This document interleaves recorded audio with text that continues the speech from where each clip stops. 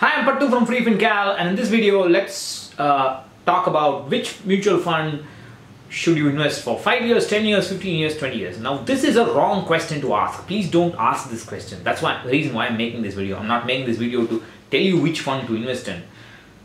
See, the thing in life is that if you ask the wrong questions, you are guaranteed to not get the right answer. You're never going to get the right answer.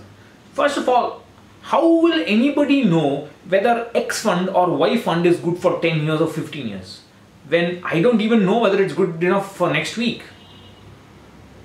All we know, whether we analyze a mutual fund using numbers, or we look at the portfolio, look at the fund manager, try to figure out what kind of stocks he's buying, when he is buying, what kind of strategy he's using. That is, whether we try to analyze a fund quantitatively or qualitatively, every piece of information that we have is in the past.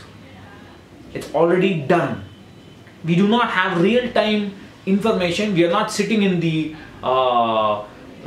meetings that the fund managers have with their own teams. We do not know what they're doing. We do not know what the strategy is.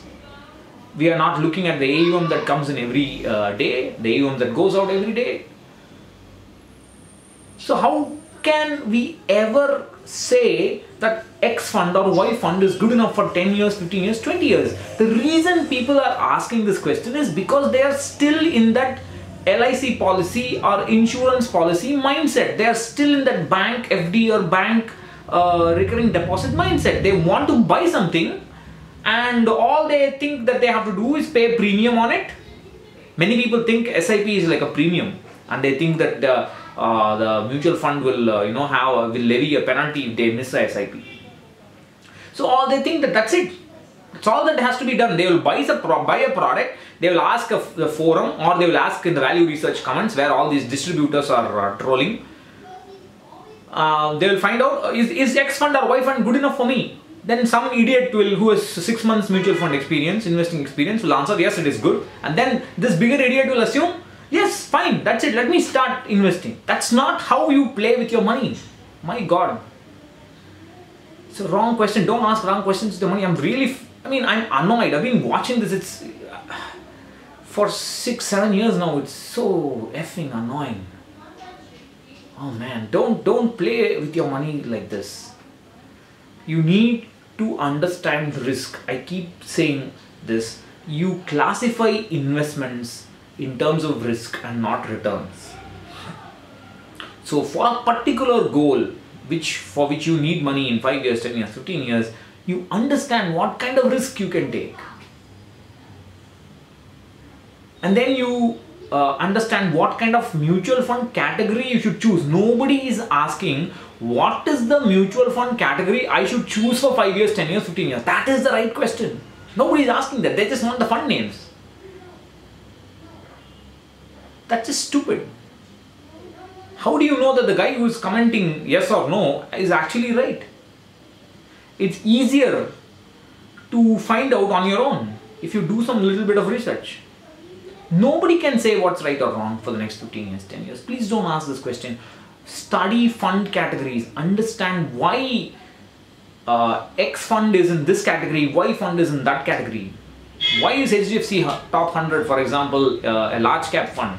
Why is Quantum long term a large mid cap fund or a multi cap fund? How is PPFAs categorized? What is the difference between an aggressive hybrid fund and a balanced hybrid fund in terms of risk? Which has got lower risk? These are the kind of questions that you should be asking, and you should try to find answers for them. What is the hurry to invest? All these questions you can find out if you spend few hours on the internet. See, Google is a fantastic search engine as long as you know what to look for. If you do not know what to look for, Google will give you crap. People who are, that is the reason why all these bloggers are writing top best 5 mutual funds, 15 mutual funds, 20 mutual funds. Why? Because there are idiots looking for best mutual funds. And so these bloggers become bigger idiots serving those idiots. That's just so plain irresponsible. Nobody is searching how to select a mutual fund. Nobody wants to do that. And that's the right question to ask. Very, very few people have that. So if you really don't trust your own judgment, if you think it's too much work for you, pay an advisor. Pay a financial advisor, a fee-only, SEBI-registered financial advisor. In the next video, I'll explain what that is. And ask him the right questions or her the right questions. There is no fund that is suitable for 5 years, 10 years or 15 years, because you choose a fund today. The moment you choose a fund, just like there's a commentator's curse in cricket or sport, you have the investor's curse also. You choose a fund which is 5-star rated. The month after you started investing, it will become 4-star, and then next month 3-star, and so on. So what will you do then?